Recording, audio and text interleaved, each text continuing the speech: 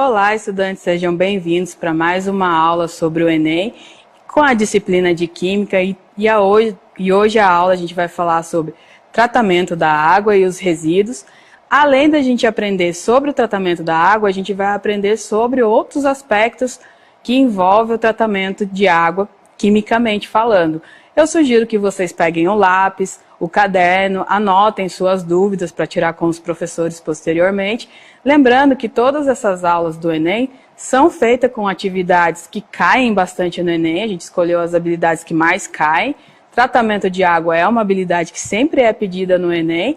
E além do tratamento de água, vocês vão ver sobre estrutura da molécula, ácido, base. Então, são assuntos importantíssimos e espero que vocês gostem da aula.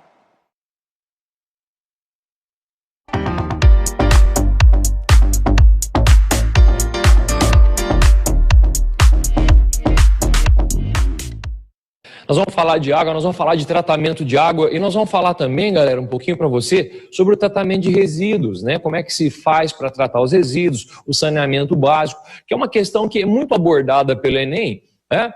E tem uma importância muito grande porque outros vestibulares também abordam, mas principalmente o Enem. O Enem adora falar sobre essa parte de tratamento de água, de tratamento de resíduos e tal. Nós sabemos que a presença da água potável, né, tem uma dificuldade muito grande para as populações, o tratamento de esgoto, o tratamento de resíduo é uma situação até muito difícil de acontecer em muitas comunidades e em função disso o Enem aborda bastante esse tema, tá?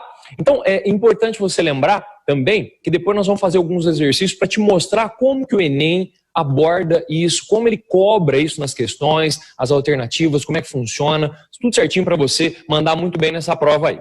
Certinho, galera? Beleza?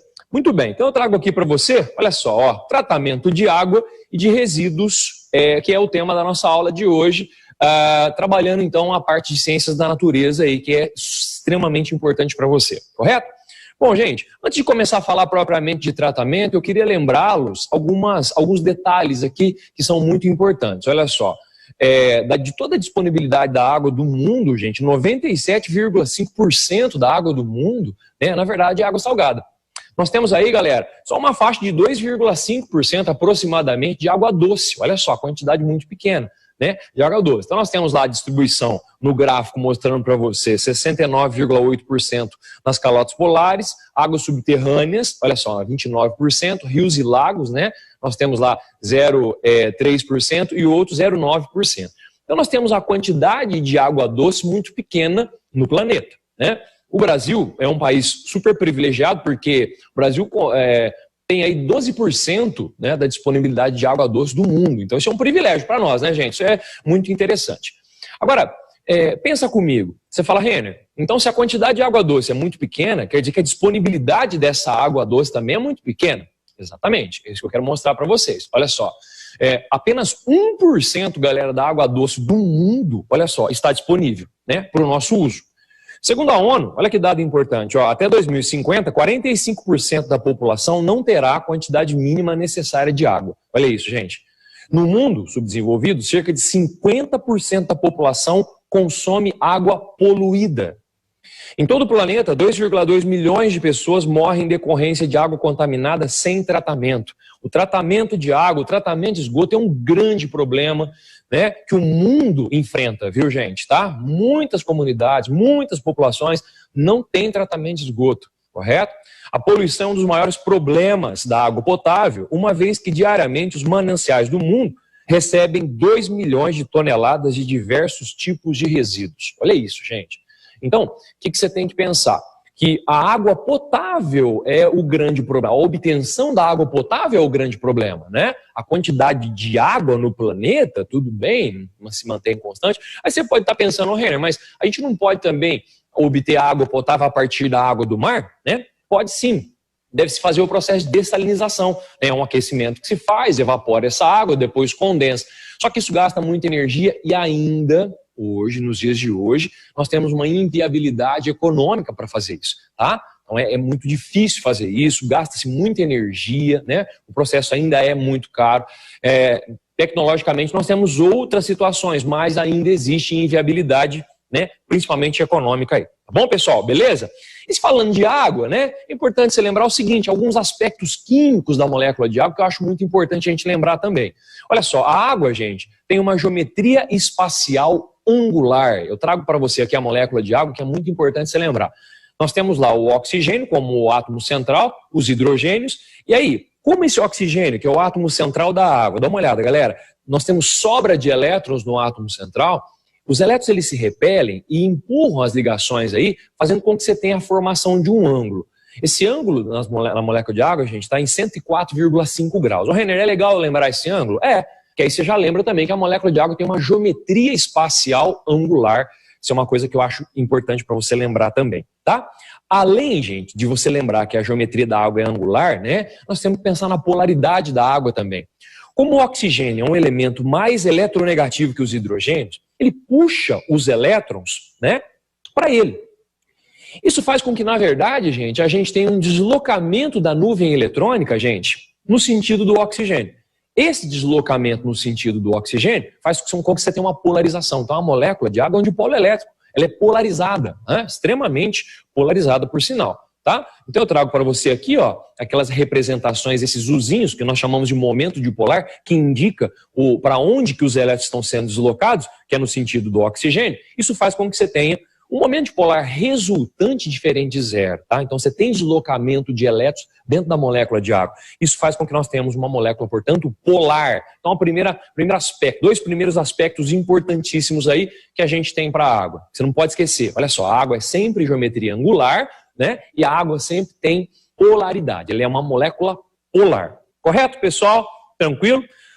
Com isso, você fala assim, não, beleza, Renner, esses aspectos aí são tranquilos, né? Agora, em termos de forças intermoleculares, porque é o seguinte, gente, quando você pensa numa molécula de água, né, a ligação OH é uma ligação covalente, é uma força que a gente fala intramolecular, que está dentro da molécula, correto? Agora, a molécula de água também, ela atrai outra molécula de água. Então você tem, por exemplo, um copinho com água, né? Então uma molécula de água, ela está interagindo com outra molécula de água, tá? A água, ela intermolecularmente falando, interage com outra água, que a gente chama de força intermolecular, né? Nós temos aí algumas forças intermoleculares, como o dipolo induzido, que acontece entre moléculas apolares, o dipolo permanente, que acontece entre moléculas polares, e a ligação de hidrogênio, que é um dipolo permanente mais intenso, sabe, especial. E a ligação de hidrogênio é a força intermolecular que acontece na água. Você falou, Renner, como é que funciona a ligação de hidrogênio? Eu trago para você aqui, ó. A ligação de hidrogênio, gente, ela acontece toda vez que a gente tiver o hidrogênio entre elementos do FON. Você fala, quem que são os elementos do FON? Que é isso, Renner? Flúor, oxigênio e nitrogênio. Dá uma olhada, ó. Olha só. E quando o hidrogênio fica entre esses elementos, que são elementos extremamente eletronegativos, né, nós temos aqui para você a formação de um dipolo, que é um dipolo especial, é um dipolo mais intenso, correto? Que é a ligação de hidrogênio. Então eu coloco para você aqui a molécula de água, para você observar com tranquilidade essas ligações de hidrogênio. Dá uma olhada, gente, olha só. Tá vendo aqui, ó? Olha só, o hidrogênio, as setinhas que eu represento ali para você, ó. O hidrogênio ficando entre oxigênios. Tá percebendo isso? Isso nós chamamos de ligações de hidrogênio, gente. Essas ligações de hidrogênio são chamadas de forças intermoleculares. Você falou, Renner, beleza, é isso que faz com que uma molécula fique juntinha com a outra, atraída pela outra? Exatamente isso. Né? Ô, Renner, é isso que faz com que a água tenha uma tensão superficial, né? Exatamente. Um mosquito, por exemplo, consegue pousar em cima de uma superfície de água? Sim. Por quê? Porque uma molécula está ligada à outra de forma intermolecular por ligação de hidrogênio, que é uma força intermolecular com caráter intenso, viu, gente? Correto? Tá? E isso faz com que você tenha a união dessas moléculas de água. Uma coisa legal também se observar é que cada molécula de água consegue fazer 4 ligações de hidrogênio, né? Você tem ligação de hidrogênio pelos 2 hidrogênios e também você tem ligação de hidrogênio pelos 2 pares eletrônicos que sobram no oxigênio. Dá uma olhada no slide, olha só. 2 pares eletrônicos sobrando no oxigênio, nós temos lá ligação de hidrogênio também. Tá certo? Você fala, não, beleza, Renner, então você está falando alguns aspectos importantes aí para a gente em relação à molécula de água, né? Nós já falamos para você, então, que a molécula de água, ela é angular. Nós já falamos para você também que a molécula de água, galera, é uma molécula polar, ela é polarizada. Você fala, Renner, por quê? Lembra que eu falei por causa da diferença de eletronegatividade? correto? E falei para você que a água faz ligação de hidrogênio, que é uma força intermolecular intensa, né, que une as moléculas de água. Agora, em termos de propriedades físicas da molécula de água, que a gente pode comentar mais com você também, é o seguinte, galera, olha só, veja bem, ó. Como é que fica o arranjo dessas ligações de hidrogênio, né? Na realidade, né? A situação mais estável que a gente tem nas moléculas de água é formando um tetraedro dessa forma. Dá uma olhada, ó. Olha só, as ligações de hidrogênio do jeitinho que eu tinha representado, mas cada ligação, gente, está direcionada para os vértices de um tetraedro. É dessa forma que a água fica. Olha só, que as moléculas de água se arranjam. E tem uma coisa interessante aqui, que é o seguinte, quando você faz o processo de congelamento, olha só, presta atenção nisso, que é muito importante. Quando a gente faz o processo de congelamento da água, o que acontece, galera, no congelamento? Esses tetraedros, né, essas ligações de hidrogênio, se organizam de uma forma, né, que fica com dutos, com estruturas que sobram dutos que a gente chama até de canais ou dutos hexagonais. Dá uma olhada como é que fica a estrutura do gelo, olha só. Isso aí só acontece com a água, viu, gente? Quando ela vai congelar, essas moléculas se organizam e formam esses dutos, esses canais, que ficam espaços vazios aí, portanto. Esse espaço vazio faz com que a gente tenha o quê, gente? Simplesmente esses canais hexagonais, que a gente tem um maior volume, né? Quando você coloca um recipiente com água, por exemplo, no congelador, aquilo lá vai congelar e aí aquilo aumenta o volume. Vocês já perceberam isso? Alguma vez que você fez isso? Não é? Esse aumento de volume faz com que você tenha o quê? Uma diminuição na densidade. Aqui é muito importante, porque você lembra que densidade é massa sobre volume? Lembra? Então, se é massa sobre volume, significa o quê? Se você tem um volume maior, isso significa que a densidade é menor, porque densidade e volume são inversamente proporcionais. É justamente por esse motivo, galera, que se você pegar uma pedrinha de gelo e colocar num copo de água, ela fica sobrenadante, ela boia, não é verdade? Por que ela boia? Por quê? Porque o gelo é menos denso que a água, devido à formação desses dutos, desses canais hexagonais que acontecem no processo de congelamento. Não esquece isso, essa dica muito importante aí em relação ao congelamento da água, tá bom? Gente, outra coisa que eu queria mostrar para você também em relação à água são as propriedades físicas da água, né? Quando se fala em propriedades físicas, né, as mais importantes que são abordadas na prova do Enem, gente, com certeza, é a fusão e a ebulição, né? Quando a gente tem fusão e ebulição, você fala, Reni, o que eu preciso saber sobre isso? Todo mundo lembra que a fusão é a passagem do estado sólido para o estado líquido, né, que é o derretimento, né, gente? E a ebulição é a passagem do estado líquido para o estado gasoso, correto? Muito bem. E aí, quando você está diante de um processo de fusão ou diante de um processo de ebulição, a gente tem a quebra de forças intermoleculares, né? E aí eu falei para você que a força intermolecular presente na água é a ligação de hidrogênio. Aqui eu falo aqui, outras moléculas, por exemplo, moléculas apolares fazem o dipolo induzido, que a gente simboliza por Di, outras fazem o dipolo permanente, quando não tem elemento do FON envolvido e tal. Agora, no caso da água especificamente, né, como eu falei para você que ela faz ligação de hidrogênio, quando a gente aquece a água, tá, para ela passar para o estado gasoso, acontece a ruptura de forças intermoleculares. Gente, muita gente confunde e acha que, por exemplo, quando você tem um processo de ebulição, acontece a ruptura de ligações covalentes. Isso não é verdade. O que quebra são forças intermoleculares. Vou mostrar aqui para você entender isso certinho. Se aparecer na prova, você mata certinho lá, olha só. Então, por exemplo, vou simular uma ebulição. Veja bem, ó, peguei uma panelinha, coloquei um pouquinho de água e estou aquecendo. Correto? Beleza. Beleza, a hora que eu fizer o aquecimento, o que vai acontecer? Bom, como a água está nessa estrutura com as ligações de hidrogênio, o que acontece? Quando você fornece energia para o estado líquido, nós temos o quê? Olha só, a ruptura dessas forças intermoleculares. Essa ruptura libera a molécula de água, né? Então a molécula de água passa lá para o estado gasoso, sem problema. Ah, então quer dizer que ela é H2O no estado líquido e continua H2O no estado gasoso. Você não tem a quebra de ligações covalentes, não. Você tem, na verdade, a quebra de forças intermoleculares, a quebra de ligações de hidrogênio, tá, gente? Então isso é uma coisa muito importante aí que a gente tem que abordar.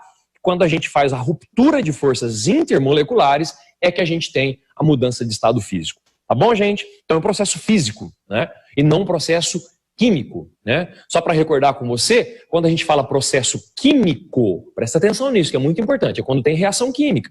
Aqui não está tendo reação química. O que está acontecendo aqui, professor? O Está tendo um processo físico, né? Então você não muda as características da molécula de água. Tudo bem? Chique? Tá entendendo certinho aí, meus amigos? Hã? Show de bola? Belezinha? Então tá bom, tá? Agora, você falou, Renner, você já fez uma abordagem aí das principais características da molécula de água, né? Já falamos de geometria, já falamos de polaridade, já falamos de forças intermoleculares, dessas propriedades físicas, né? Que acontecem com mudança de estado físico, com fornecimento de energia, com quebra de ligações de hidrogênio, né? Muito legal. Agora, se falar, ainda estamos falando da água, Renner, o que você acha importante a gente lembrar? Olha só, gente, e para a gente tratar essa água? Então, agora que a gente já revisou certinho como é que é a molécula de água, tal, todos os aspectos químicos, tal, e o tratamento de água, como é que fica isso, né? Que eu considero a parte mais importante aqui nossa. Porque tratar a água é fundamental. Como nós vimos no começo da aula, o problema nosso é a obtenção de água potável, gente, tá? Então, a água potável é o grande problema, né? Você viu a previsão da ONU, né? Futuramente aí, né, não vai ter água para todo mundo. Então é um grande problema. Então a gente tem que estar sempre melhorando, sempre economizando água, sempre pensando na natureza, pensando na parte sustentável, né, da água, e economizar água é uma coisa que acho que todos nós temos que fazer isso muito bem. Tá? Agora, e para a gente tratar a água? Como é que funciona o tratamento de água? Essa água que chega na sua casa para ser consumida. Gente, olha só, vou colocar aqui todos os detalhes, as reações, tudo que pode acontecer, tudo que acontece, na verdade, no tratamento de água. Olha só, primeiro passo, eu trago até aqui um desenho para ilustrar, para te ajudar. Olha só, nós temos lá o bombeamento da água para a estação de tratamento. Correto, pessoal? E no primeiro passo, gente, nós temos lá o que nós chamamos, gente, de uma filtração grosseira. Você fala, Renner, por que filtração grosseira? Porque pode vir um galho, pode vir uma folha, pode vir algum material com dimensões muito grandes, e aí você tem uma grade, é tipo uma gradagem mesmo, né? E a gente consegue fazer essa filtração inicial aí, que eu chamo de filtração grosseira. Depois, gente, no segundo passo, né, que eu coloco como 2 e 3, a água sofre um processo de coagulação e floculação, que é um processo extremamente importante no que se diz respeito a tratamento de água. Você fala, Renner, por quê? Porque aqui, gente, dá uma olhada lá, ó, o que acontece? Nós vamos ter a adição na água do Al2SO4,3. Renner, eu tenho que conhecer essas formulinhas? Tem, viu, gente? Eles perguntam isso, que é o sulfato de alumínio. Nós temos aí o óxido de cálcio, correto? Que é o CaO, que é a cal virgem, adicionado também. E temos a adição do cloro também, gente, que é a etapa que nós chamamos de pré-cloração, né? Esse cloro, geralmente, adicionado na forma de hipoclorito, né? Que eu vou comentar mais daqui a pouco com você. Bom, qual que é a função do Al2SO4,3, gente? O Al2SO4,3, quando colocado, gente, na água, ele vai gerar íons alumínio, tá? Mas quando você coloca também o CaO em água, esse é um óxido básico, esse óxido básico em água leva à produção de uma base, tá? Que é o hidróxido de cálcio, lembra? Uma substância alcalina, né, gente? Tá? Que é o CaOH2. Muito bem. O sulfato de alumínio, que é adicionado também aí, reage com essa base, que é o CaOH2, isso é uma reação de dupla troca. Você vira para mim e fala, Renner, você acha legal eu lembrar essa reação? Gente, eu acho, tá? Olha só, o sulfato de alumínio reagindo com o hidróxido de cálcio, que é o CaOH2, é uma dupla troca, né? Onde o cátion, olha só, se você observar aqui, ó, o cátion, tá? Do CaOH2 reage com o ânion, né? Do Al2SO4. Então você tem a formação do CaSO4. E aí o alumínio, dá uma olhada, gente, reage com o OH e forma essa substância aqui, que é o AlOH3. Esse AlOH3 é a substância principal que a gente tem aqui. Por quê? Porque ele é um agente floculante, gente. Ele é tipo um gelzinho, e esse gelzinho, o que ele faz? Ele pega e se junta com a sujeira e forma flóculos, né? Até se você olhar aqui, ó, nós temos a etapa de floculação. Observe aqui, ó, floculação, correto? A formação de flóculos. Esses flóculos serão decantados depois, tá? Existe uma situação também, gente, que a gente não coloca o CaO, tá? E quando acontece isso, geralmente quando cai essa reação, eles fornecem essa reação, tá?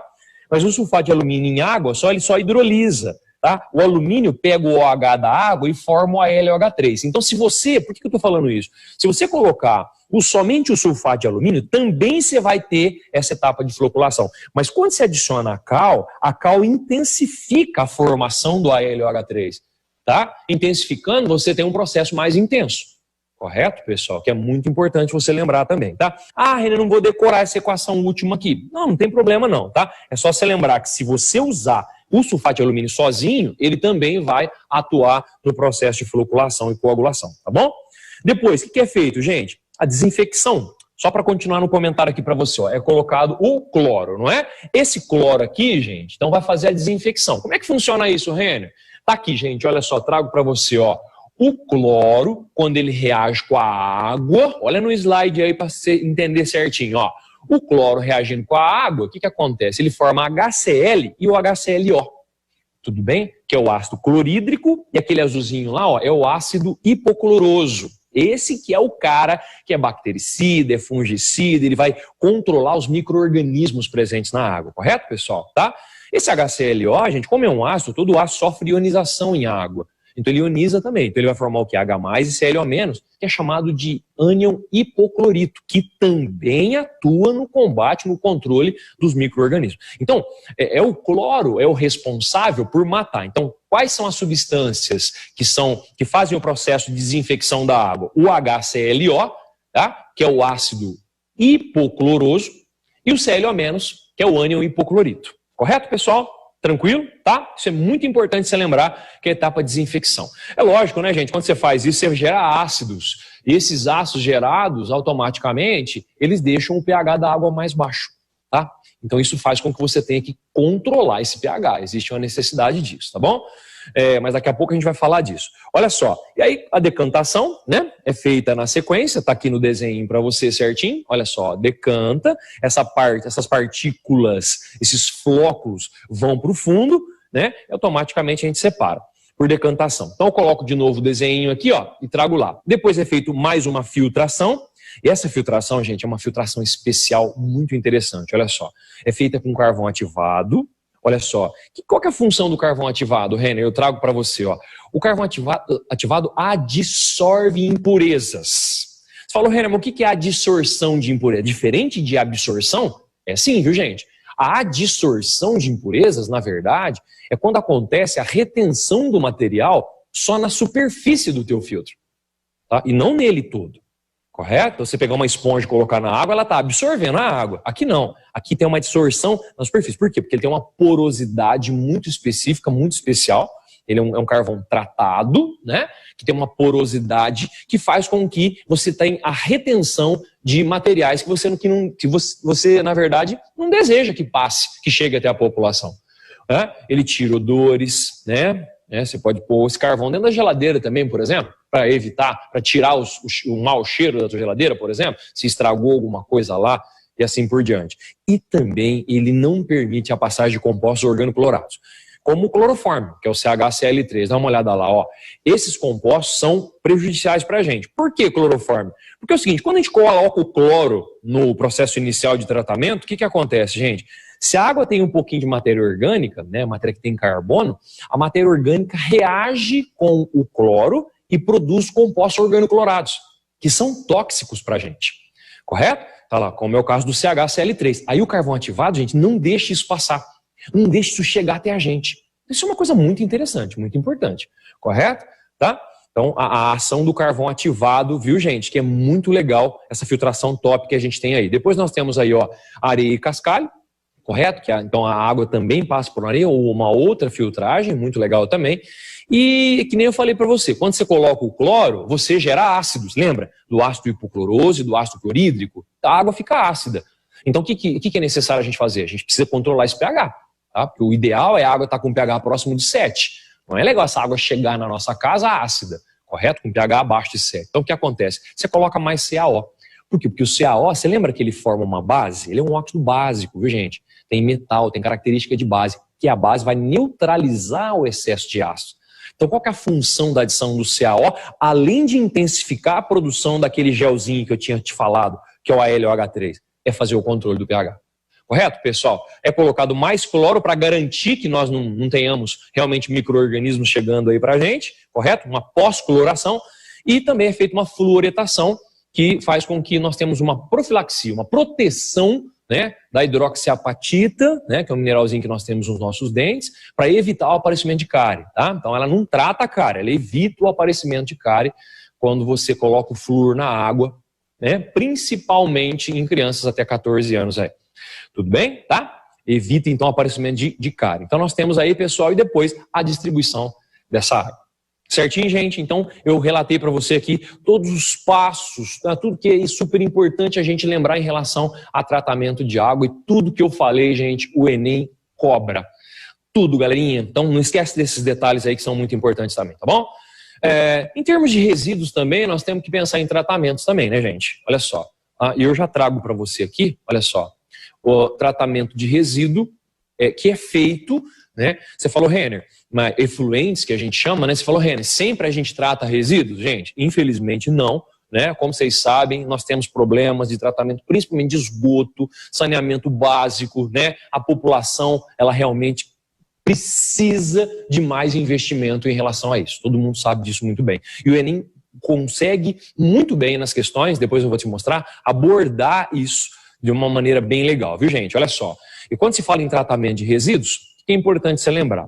Esse tratamento, obviamente, ele diminui o impacto negativo ao meio ambiente, tá? E gera um retorno financeiro, inclusive. Né? Claro que é uma cascata de situações quando você trata resíduo, né? Primeira situação de tratamento que eu queria mostrar, recordar com você, é a reciclagem, que tem uma importância absurda também para a sociedade. Porque nós vamos ter, e para o meio ambiente, né, gente? Porque nós vamos ter economia de energia, nós vamos ter diminuição do uso de matéria-prima, não é verdade? Então, reciclar é uma coisa muito interessante. A reciclagem, por exemplo, do alumínio, tá? Uma coisa fantástica. Por quê? Porque o alumínio, ele é obtido na natureza a partir da bauxita, né? Que é um minério, e é feito um processo de eletrólise, chamado eletrólise ígnea, para se obter o metal alumínio. E isso custa, isso gasta muita energia, gente. Se você recicla, se você, por exemplo, pega a latinha do refrigerante, a latinha de qualquer bebida e faz o processo de reciclagem e consegue voltar esse alumínio e produzir novamente e voltar para a sociedade, você está protegendo o meio ambiente, você está fazendo uma coisa maravilhosa. Tá? Então, além do aspecto natural, sustentável, nós temos aí também um aspecto social, né, que ajuda as pessoas. Correto, pessoal? Nós temos também aqui os biodigestores, né, que é uma coisa muito legal, que toda propriedade rural deveria ter um biodigestor, correto? Que a partir da decomposição de toda a matéria orgânica, né, o esgoto da própria casa das pessoas, né, do curral, das vacas, dos animais, né? E isso faz com que, na ausência de oxigênio, nós temos lá o processo de decomposição, que a gente fala de decomposição anaeróbica da matéria orgânica.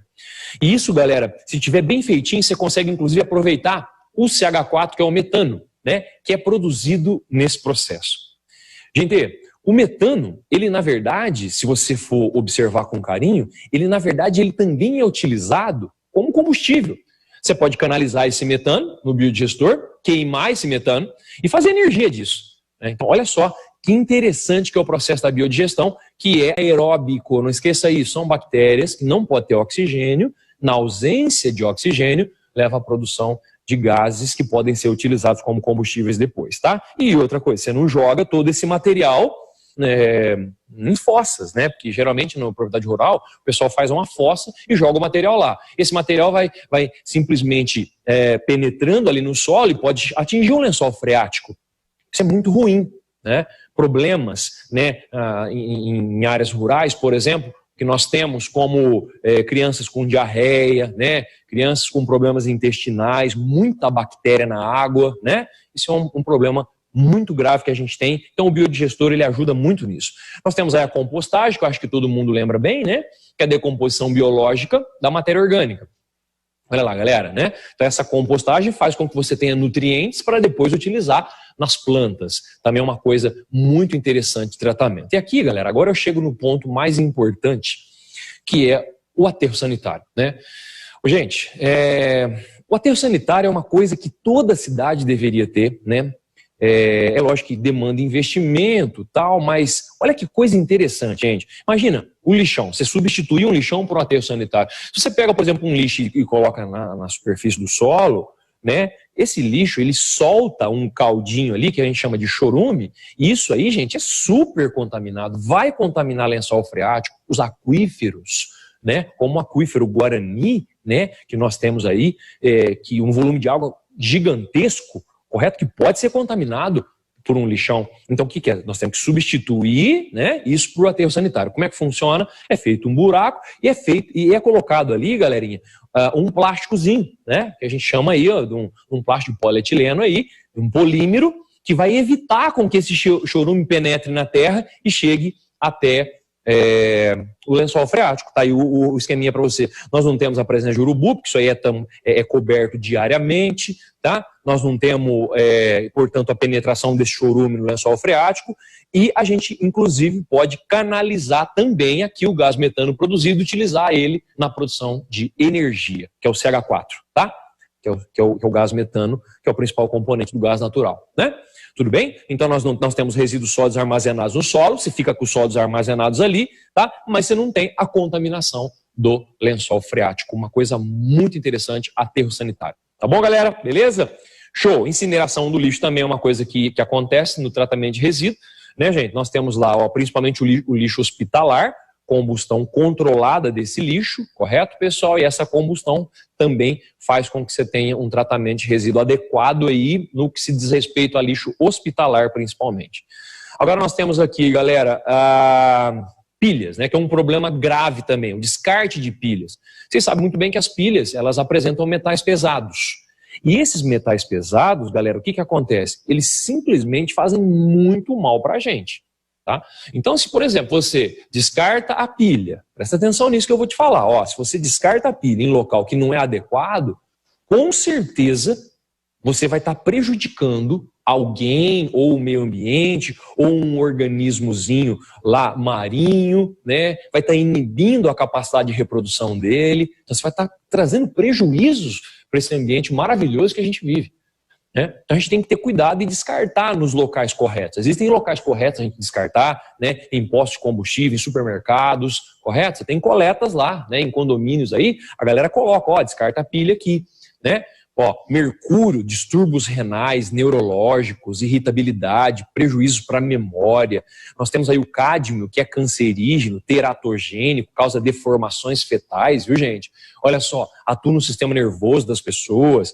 O chumbo, né, galera? Perda de memória, dor de cabeça, irritabilidade, tremores musculares, né? Perda de tônus muscular, atrofia, perturbações visuais, hiperatividade, tá? Então os metais pesados, né, vou até utilizar uma palavra aqui, são horríveis para a nossa saúde, correto? Então não devem ser, essas pilhas não devem ser descartadas em qualquer lugar. Então existe a necessidade de descartar corretamente e depois ela ser designada para o tratamento e a recuperação desses metais. Tá certo, pessoal? E agora, para a gente finalizar aqui, né, eu trago para vocês algumas questõezinhas só para te mostrar como é que o Enem já cobrou tratamento de água. Dá uma olhada nessa primeira questão. Ó. Para impedir a contaminação microbiana do suprimento de água, deve-se eliminar as emissões de efluentes e, quando necessário, tratá-lo com desinfetante. O ácido hipocloroso, lembra que nós falamos dele, gente? Produzido pela reação entre cloro e água, é um dos compostos mais empregados como desinfetantes, contudo ele não atua somente como oxidante, mas também como ativo agente de cloração. A presença de matéria orgânica, que eu tinha comentado com vocês, dissolvida no suprimento aí de água clorada, pode levar à formação do clorofórmio e outras espécies orgânicas. Lembra que eu te falei dos organoclorados? Olha que o Enem cobrou, ó. Visando eliminar da água o clorofórmio e outras moléculas orgânicas, o tratamento adequado qual que é, gente? Filtrar isso aí com o carvão ativo ou carvão ativado. Lembra que eu te falei que ele vai adsorver, né, essas partículas, principalmente esses compostos organoclorados que não podem de forma alguma chegar na nossa casa. Correto? Então, olha essa questão do Enem cobrando o lance do carvão ativado que eu tinha te falado no processo de tratamento, que é super importante. Né? Outra questão, gente, olha só. Algumas toneladas de medicamentos para uso humano e veterinário são produzidos por ano. Os fármacos são desenvolvidos para serem estáveis, mantendo suas propriedades químicas, de forma a atender um propósito terapêutico e tal.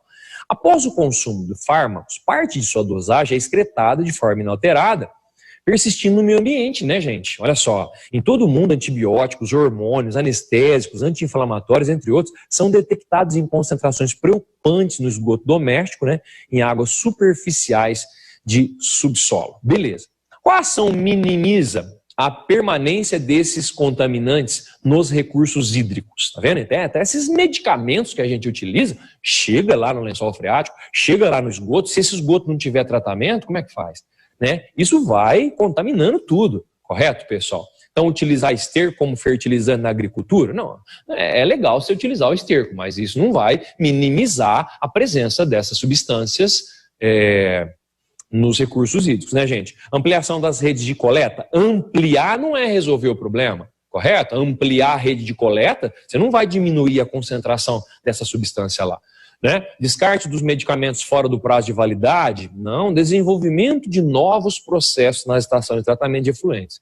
Olha que interessante. Se você tiver mais investimento, desenvolver processos que podem, por exemplo, remover essas substâncias, né, nas estações de tratamento, isso é uma grande saída. Olha só como é que o Enem aborda isso, né? Bem contextualizado, né? Uma prova muito legal, né, gente? Tá? Beleza? Tudo bem? Nós temos aí, ó, Belém é cercada por 39 ilhas e suas populações convivem com ameaças de doença. Motivo apontado por especialistas é a poluição da água do rio, principal fonte de sobrevivência dos ribeirinhos. A diarreia é frequente nas crianças e ocorre como consequência da falta de saneamento básico, que é o que nós discutimos, né? Já que a população não tem acesso à água de boa qualidade. Como não há água potável, a alternativa é consumir a água do rio. Olha, os caras não têm o que fazer, então ele vai ter que consumir a água do rio mesmo, né?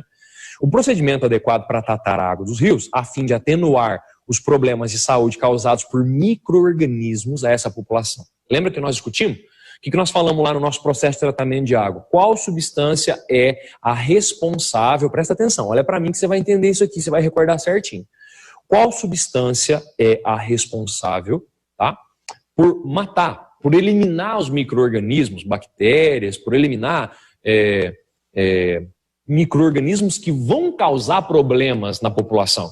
É a etapa de desinfecção. O que nós usamos mesmo, gente? Vocês lembram? O cloro, correto? Então, a cloração é a resposta dessa questão do Enem. Tá percebendo, gente? Olha só que legal isso. Exatamente direcionado com o que nós trabalhamos, na nossa parte teórica aí. Correto? Então, a cloração que é utilizada nesse processo. Nós temos aqui uma outra questão que diz o seguinte: no trecho 1, acho legal a gente concluir com as questões, porque aí você já tem uma noção como eles cobram isso que nós trabalhamos. Correto, pessoal? No trecho 1, a matéria faz referência ao tratamento necessário à água resultante de um banho. Olha só, um banho de uma pessoa, né? As afirmações abaixo dizem respeito a tratamentos e destinos dessa água. Entre elas, a mais plausível é que a água... Gente, então, qual que é a mais plausível para você tratar a água de um banho? Então, você não tem aí dejetos, né, fecais, por exemplo, né, urina, você não tem isso ali. Você pode ter urina, mas numa concentração até mais baixa, tá? Então, a água só do banho mesmo. A água passa por peneiração? Não precisa, você não tem parte sólida aí, né, gente? Passa por cloração e destilação? Não, destilação não é utilizada, como eu te falei, não tem viabilidade econômica você fazer o processo de destilação. A água é fervida? Também não. Como é que você vai gastar energia para ferver toda a água de todos os banhos, né?